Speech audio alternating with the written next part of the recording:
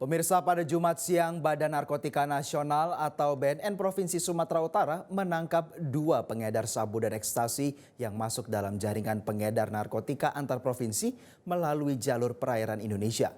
Atas perbuatannya, para tersangka terancam hukuman pidana mati.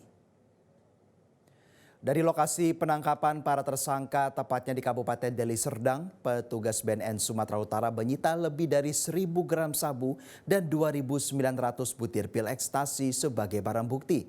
Kedua tersangka yang ditangkap petugas berinisial HG dan J mengaku berperan sebagai kurir dengan upah 20 juta rupiah sekali antar.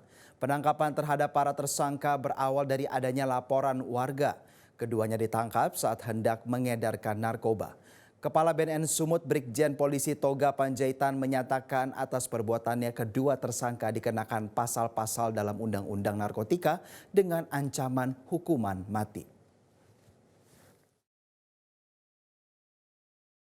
Mereka ini kan jaringan antar provinsi, ya, khususnya memang barang-barang ini dari daerah perairan, ya, baik dari Aceh maupun dari Tanjung Bali, tetap si modusnya sama. Ini biasanya mereka mengirim ke antar provinsi.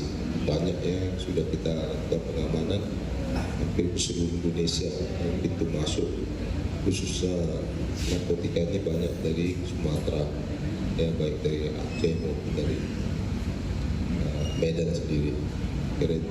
Jelajahi cara baru mendapatkan informasi. Download Metro TV Extend sekarang.